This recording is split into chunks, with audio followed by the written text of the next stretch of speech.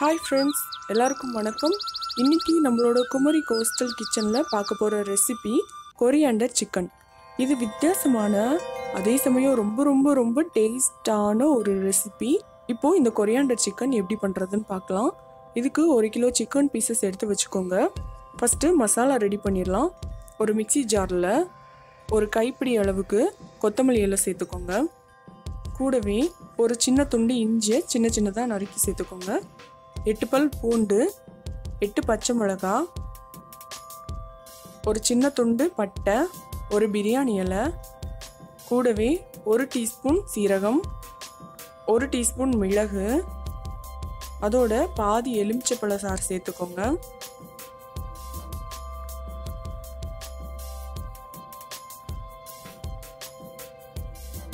இப்போ இதை தண்ணி சேர்க்காம நல்லா மைய அரைச்சி எடுத்து வச்சுக்கோங்க. இப்போ எடுத்து வச்சிருக்கிற சிக்கன் பீசஸ்ல தேவையான அளவுக்கு உப்பு சேர்த்துக்கோங்க. கூடவே 1/2 டீஸ்பூன் மஞ்சள் தூள், அதோட நம்ம அரைச்சி எடுத்து வச்சிருக்கிற மசாலாவை சேர்த்து கை வச்சு நல்லா மிக்ஸ் பண்ணி விட்டுக்கோங்க.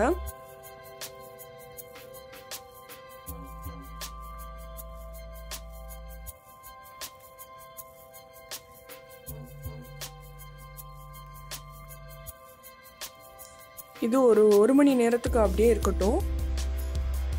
இப்போது ஒரு பேனில் 2 டேபிள் ஸ்பூன் அளவுக்கு எண்ணெய் சேர்த்து சூடு பண்ணிக்கோங்க. எண்ணெய் சூடானதும் அதில் ஊற வச்சிருக்கிற சிக்கன் பீசஸை சேர்த்து லைட்டாக ஃப்ரை பண்ணி எடுத்துடலாம்.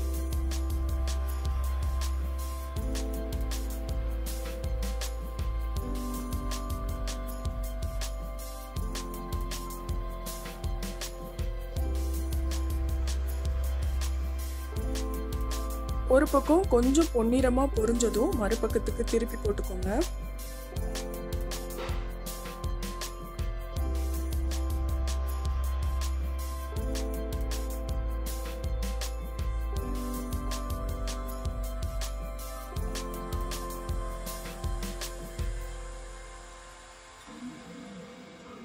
இப்போ இது ஓரளவு ஃப்ரை ஆயிடுச்சு. இதை ஒரு பிளேட்டில் எடுத்து வச்சிடலாம்.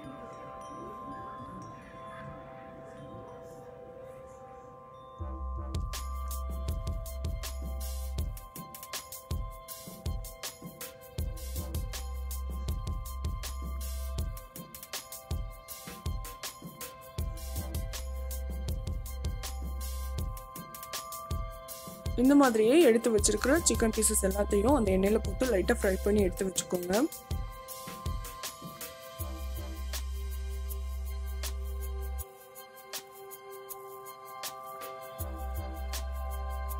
இப்போ அதே எண்ணெயிலேயே பொரிச்சு எடுத்து வச்சிருக்கிற எல்லா சிக்கன் பீசஸையும் மொத்தமாக சேர்த்து லைட்டாக மிக்ஸ் பண்ணி விட்டுக்கோங்க.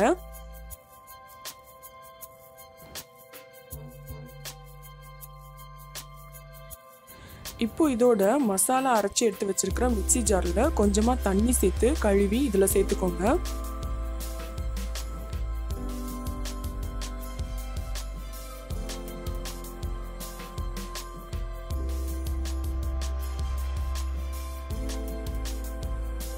இப்போ இதை மூடி போட்டு வச்சிடலாம். இது ஒரு 10 நிமிஷத்துக்கு அப்படியே இருக்கட்டும்.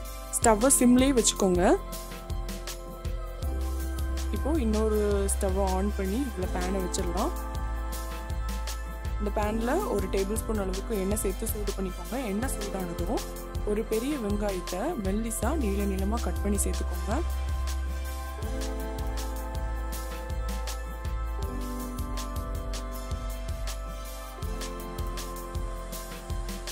இந்த வெங்காயத்தை நல்ல கோல்டன் ப்ரௌன் கலரில் பொரிச்சு எடுத்து வச்சுக்கோங்க.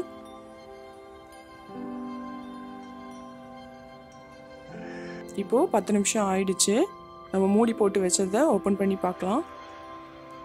சிக்கன் பீசஸ் எல்லாம் நல்லா வெந்திருக்கு.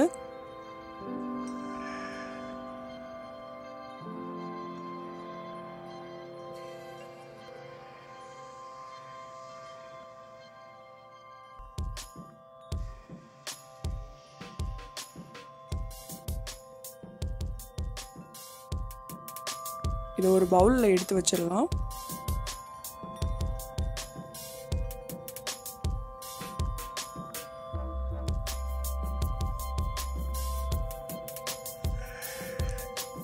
இப்போ இதில் கடைசியாக நம்ம ஃப்ரை பண்ணி எடுத்து வச்சிருக்கிற ஆனியனை சேர்த்துடலாம்.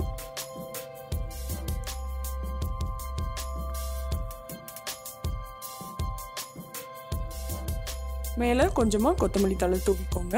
இப்போது நம்மளோட கொரியாண்டர் சிக்கன் தயாராகிடுச்சு. நீங்களும் இந்த ரெசிபியை உங்களோட வீட்டில் ட்ரை பண்ணி பாருங்கள். உங்களுக்கு ரொம்பவே பிடிக்கும்னு நம்புகிறேன். உங்களுக்கு பிடிச்சிருந்துச்சுன்னா எங்களோட சேனலை சப்ஸ்கிரைப் பண்ணுங்கள். ருசியாக சாப்பிடுங்க, ருசிச்சு சாப்பிடுங்க.